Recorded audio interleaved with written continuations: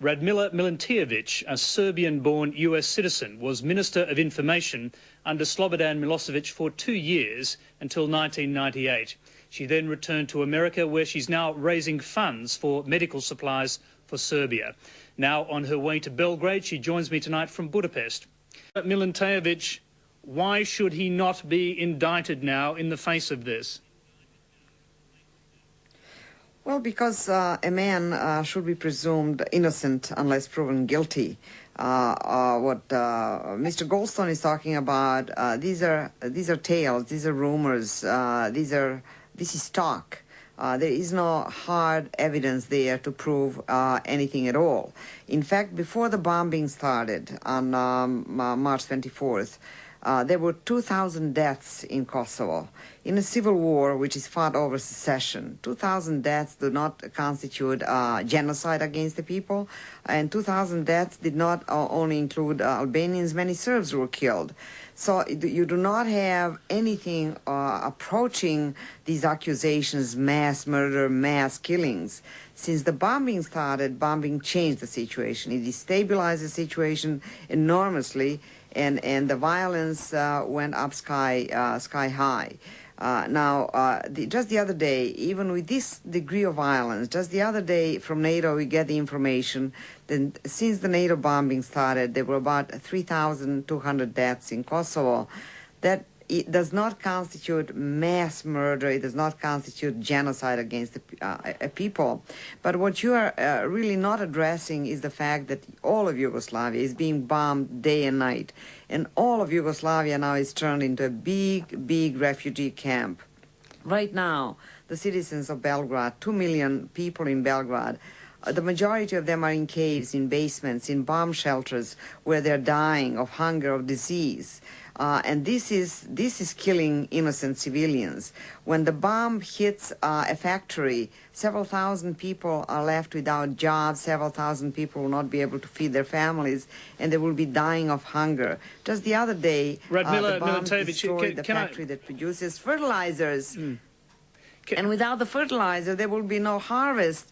The country will go hungry. Talking about crimes against humanity, this is what NATO, led by the United States, is committing right now in Yugoslavia. You're surely not denying that hundreds of thousands of Kosovars are fleeing Kosovo in the face of what they say is terrible systematic repression by troops under the control of Slobodan Milosevic.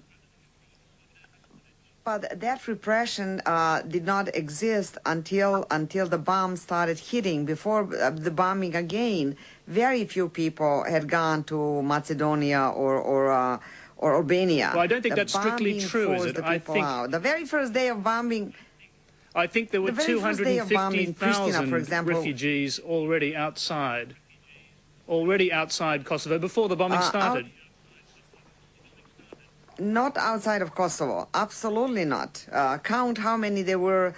We are talking about maybe 20 or 30,000 altogether. But the mass movement, and not only of the Albanian population in Kosovo, the Serbs are leaving Pristina, the Serbs are leaving Kosovska Mitrovica. Other national minorities who live in Kosovo are fleeing in all directions because Kosovo is heavily bombed. And this is creating a situation where the government authorities are not even able to provide security which would be provided under normal conditions. How do you explain the large numbers of refugees coming over the border each day with very similar stories of repression, of murder, of rape by Serbian troops under the control of Slobodan Milosevic? How do you explain the incredible similarity of all of those stories when you hear them, as you do in the United States? Look, you are not interviewing thousands of people. You are interviewing a select group of people, one person here and another person there. However, I feel very badly for the refugees, and I know they are under the enormous fear, enormous pressure. But when you're talking about mass rapes, I mean, what are mass rapes? In Bosnia, the Serbian soldiers were accused initially of having raped something like 50,000 women. Then when they started investigating it, that number went down to 20,000. Finally, it came down to 2,000, and not only Muslim women were raped, but Serbian women were raped. In wars, soldiers do rape here and there. But these accusations are way out of proportion. And also, what is very clear here, it is the double standard. If you can accuse President Milosevic of these things, which you allege he has done, why haven't you gone after Mr. Tudjman? Mr. Tudjman in Croatia cleansed the Serbian population, 500,000, 500,000 Serbs were ethnically cleansed out of Croatia in the biggest ethnic cleansing of this war, and yet nothing was done against Mr. Tudjman.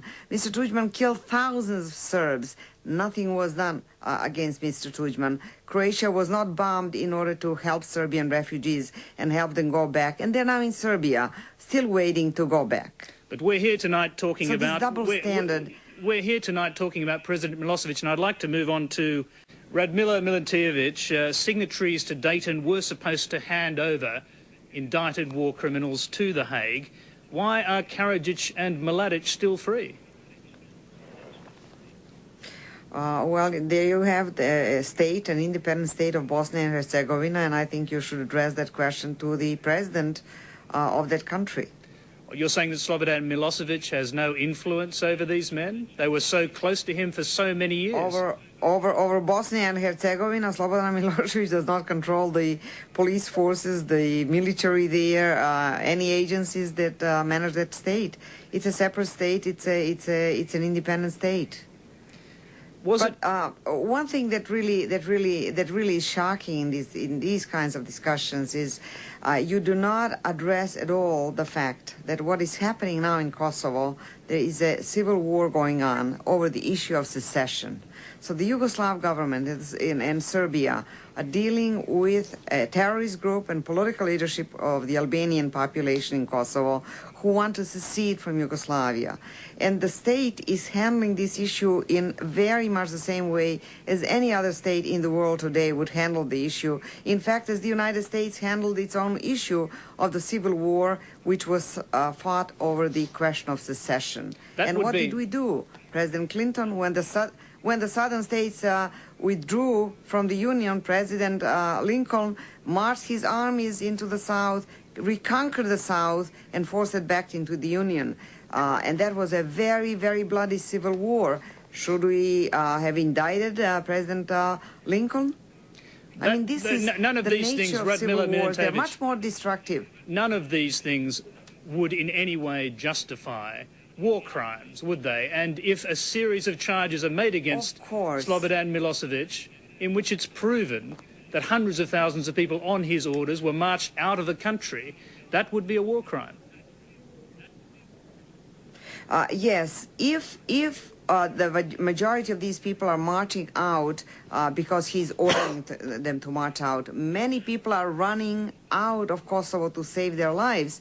And in fact, as terrible condition in which they have been, as I look at them and my heart goes for them, at least they will be alive and they will be fed and they will be given shelter. Those who are in Kosovo and throughout Yugoslavia are much worse off because we are being bombed day and night.